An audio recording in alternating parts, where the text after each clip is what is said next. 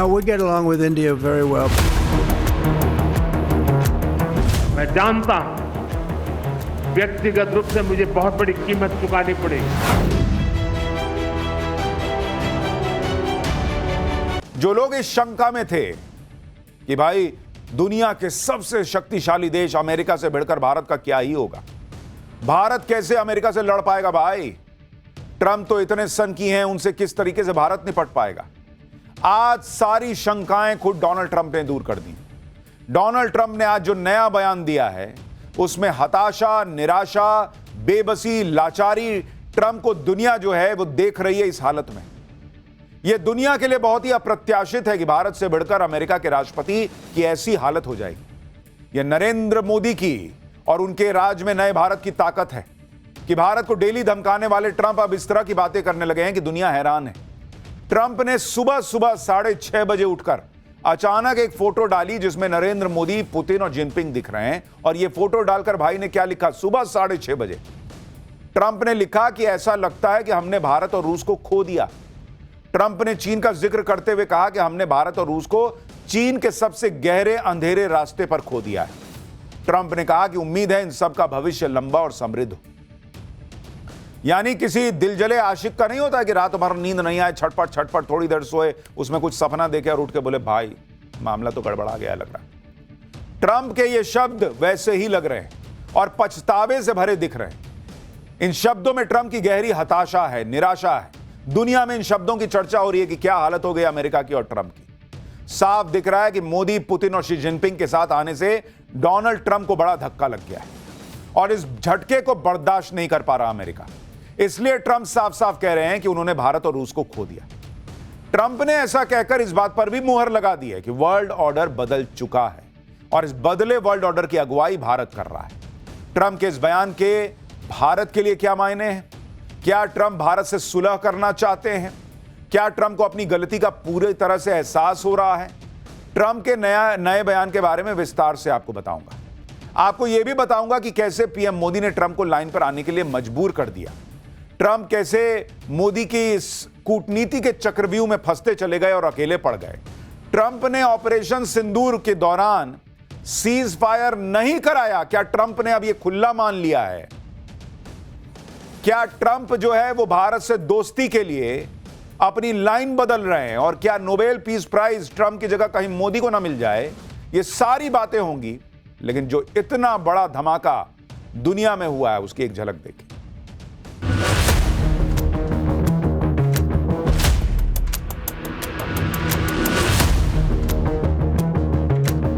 No, we get along with India very well. मैं जानता हूं व्यक्तिगत रूप से मुझे बहुत बड़ी कीमत चुकानी पड़ेगी।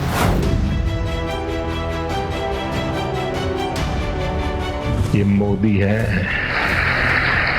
यहां किसी का दबाव नहीं चलता है।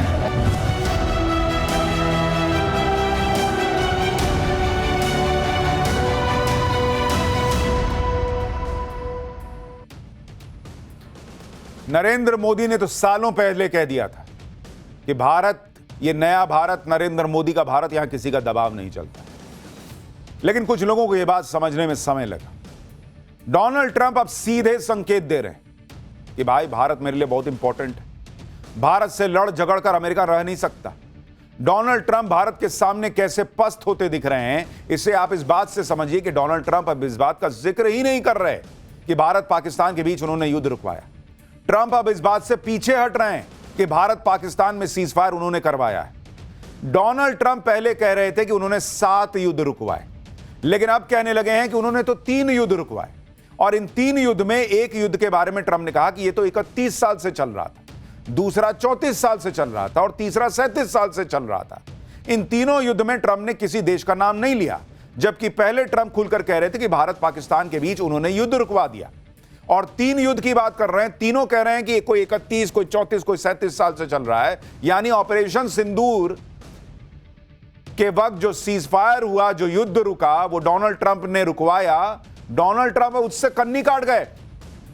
मैंने आपसे कहा था बॉस कि यह आदमी लाइन पर आएगा धीरे धीरे धीरे धीरे, और यह भारत को फीलर दे रहा है, मैसेज दे रहा है कि देखो भाई, उनको पता है नरेंद्र मोदी इस बात से बमके हुए हैं कि जब तुमने सीज फायर कराया नहीं, तुम दुनिया में काहे बोल रहे हो भाई?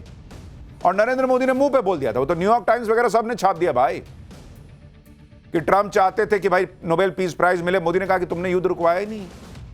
अब यह क्लियर हो गया कि ट्रंप भी देखिए धीरे से वो 7 युद्ध को 3 युद्ध में बदल दिया। ट्रंप के साथ नरेंद्र मोदी के रिश्ते इसी बात पर बिगड़े थे कि ट्रंप दावा कर रहे थे कि भारत पाकिस्तान का सीज फायर उन्होंने करवाया, लेकिन मोदी ने ट्रंप के मुंह पर कह दिया था कि भाई ये सब बेकार की बात ना करो। पाकिस्तान भारत के सामने आकर गिड़गिड़ाया था। इस सीज फायर में अमेरिका या किसी तीसरे देश का कोई रोल ही नहीं था। और अब देखिए ट्रंप भी धीरे से डिलीट मार दिया बोला पार्ट। ट्रंप अब किस तरह से भारत से दोस्ती करने के लिए बेचैन है, इसका संकेत एक दूसरी बात से भी मिल रहा है। ट्रंप भारत से इस बात पर भी भिड़े थे कि भारत रूस से तेल क्यों खरीद रहा है। भारत ने कहा था कि रूस से तेल सिर्फ हम ही नहीं खरीद रहे, चीन भी खरीद रहा है, यूरोप भी खरीद रहा है। लेकिन ट्रंप के लोग ऐसी बात कर रहे थे कि जैसे रूस से तेल सिर्फ भारत खरीद रहा हो। अब जाकर ट्रंप को यह बात समझ में आ गई है कि रूस से तेल तो दूसरे देश भी खरीद रहे हैं। इसलिए आप देखिए कि ट्रंप ने रूस से कच्चा तेल खरीदने पर यूरोप को भी घेर दिया। ट्रंप ने यूरोपीय देशों से कहा है कि उन्हें रूस से कच्चा तेल खरीदना बंद करना होगा। ट्रंप ने कहा कि यूरोप की तेल खरीदारी से रूस को हर साल 1.1 बिलियन यूरो मिल रहा है। ट्रंप ने यूरोपीय देशों के नेताओं से चीन पर भी आर्थिक दबाव बनाने के लिए कहा है। यानी ट्रंप अब हर वो काम कर रहे हैं जिससे नरेंद्र मोदी और भारत का पारा नीचे किया जा सके। सीज फायर वाली बात से मुकर गए और अब आप देखिए, अब यूरोपीय देश से कह रहे हैं कि तुम भी तो तेल खरीद रहे हो जी, बंद करो रूस से तेल खरीदना। रूस के कच्चे तेल पर यूरोप को जिस तरह से ट्रंप ने घेरना शुरू किया, उसे ट्रंप का भारत के लिए संकेत माना जा रहा है कि वो अब रूस के तेल पर सिर्फ भारत को घेर नहीं रहे। ट्रंप का कोई भी दांव काम नहीं आ रहा, इसलिए वो झल्ला रहे हैं। हाल ही में ट्रंप से भारत को लेकर सवाल किया गया तो वो रिपोर्टर तक पर भड़क गए थे। ट्रंप की झल्लाहट हैरान करने वाली इसलिए थी क्योंकि इससे पहले जब ट्रंप से भारत को लेकर सवाल किए जाते थे तो बहुत गर्व से वो बताते थे कि उन्होंने भारत पर टैरिफ ठोक दिया। लेकिन अब ट्रंप भारत के सवाल पर भड़क जा रहे हैं। एक बार सुनिए, फिर आपको बताता हूं कि ट्रंप ने जो ये नई बात कह दी है कि भाई भारत को हमने खो दिया, उसकी असल कहानी क्या है। You've expressed many times your frustration and disappointment with Putin, but there's no action since you took your office. Don't you worry that? How do you know there's no action? But don't you worry? Wait. What actions did you have you taken? I'm with Polish Radio. Okay. How do you know there's no action? Would you say that putting secondary sanctions on India, the largest purchaser outside of China, they're almost equal? Would you say there was no action? That cost hundreds of billions of dollars to Russia. You call that no action? And I haven't done phase 2 yet or phase 3. But when you say there's no action, I think you ought to get yourself a new job. यानी Trump भन्नाए हुए हैं, अब तो हताश दिख रहे हैं, निराश दिख रहे हैं और भारत को खुश करने के लिए तमाम प्रयास कर रहे हैं। और इसलिए मैंने आपको कहा कि आज जो डोनाल्ड ट्रंप ने मैसेज किया है, ट्वीट किया है, जो उन्होंने लिखा है सोशल मीडिया पर, उसकी दुनिया में चर्चा है बॉस।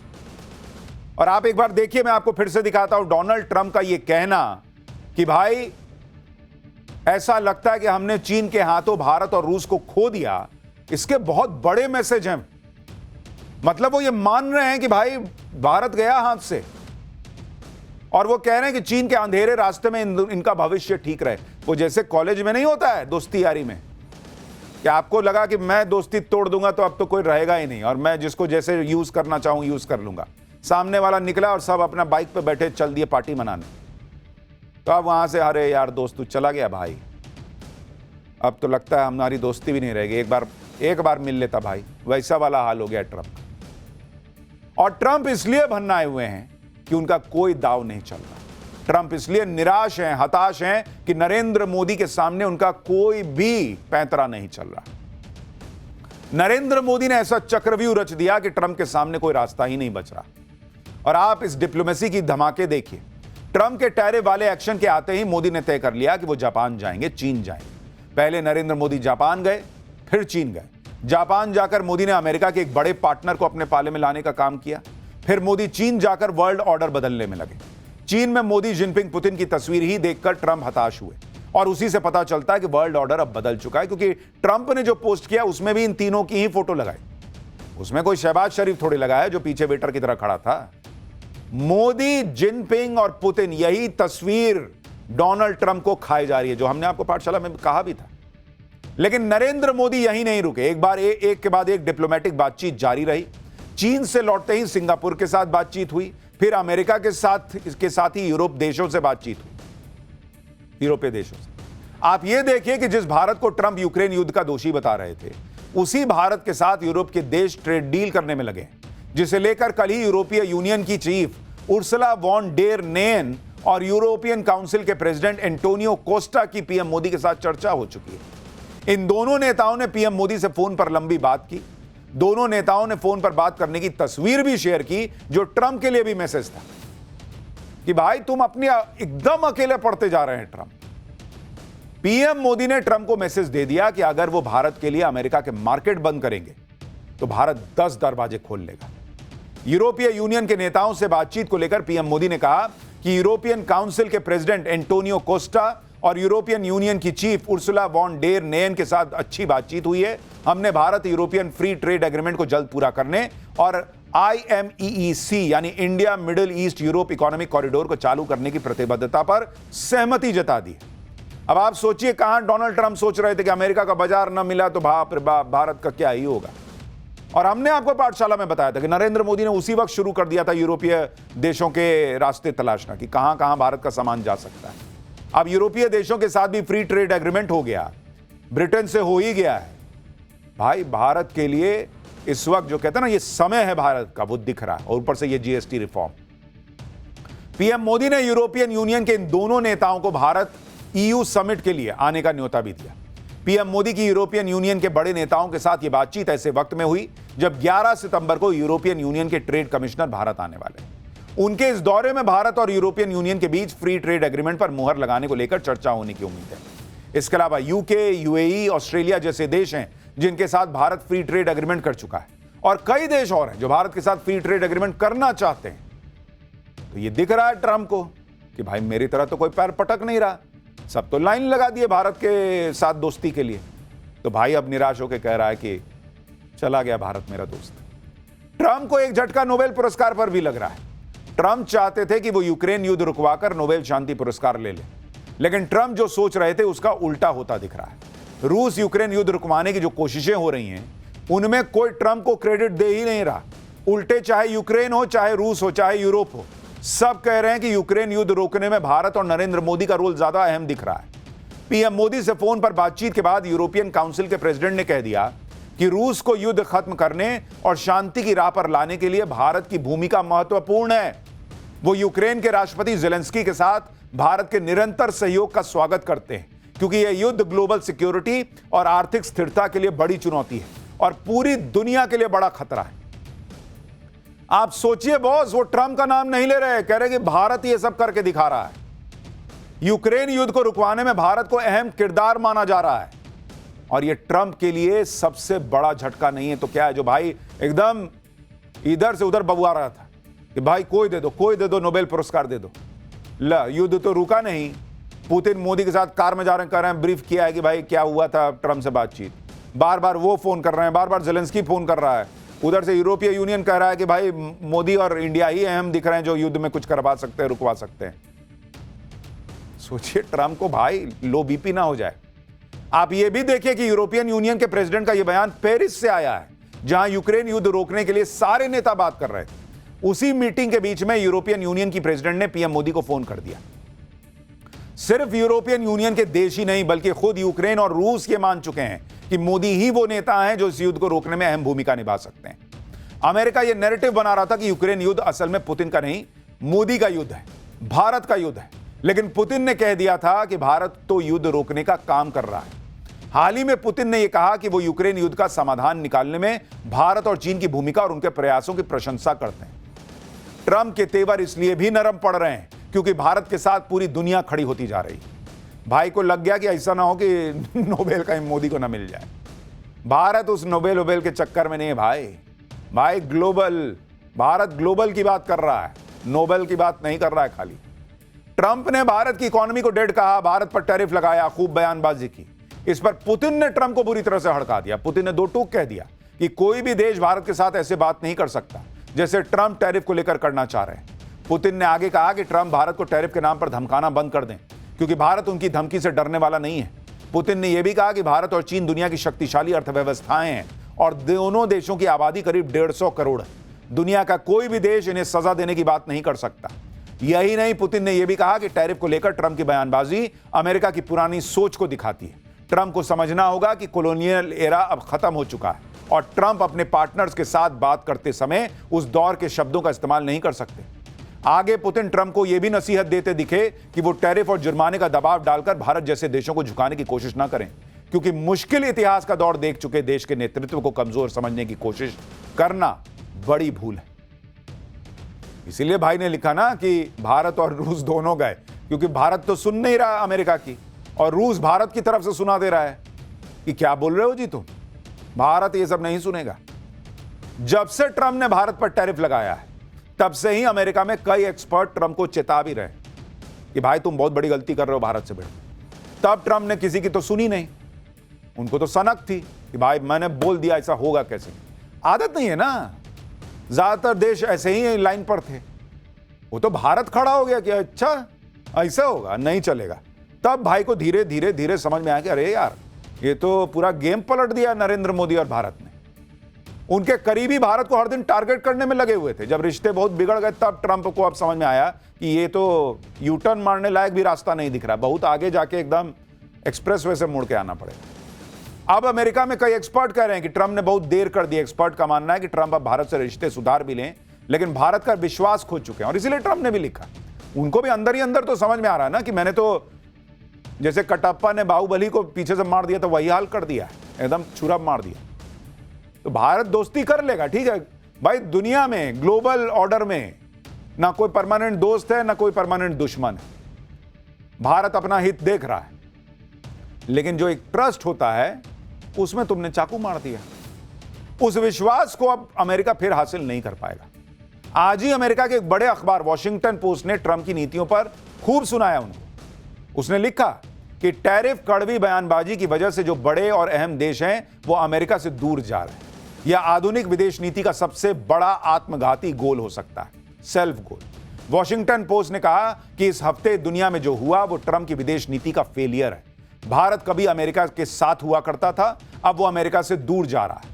अखबार ने कहा कि ट्रंप को छोटे देशों को डराकर अपनी बात मनवाने में मजा आता है, लेकिन जो बड़े और लोकतांत्रिक देश हैं, जिनका अपना राष्ट्रवाद है, अपना प्राइड है, उनसे डील करना ट्रंप को पसंद नहीं।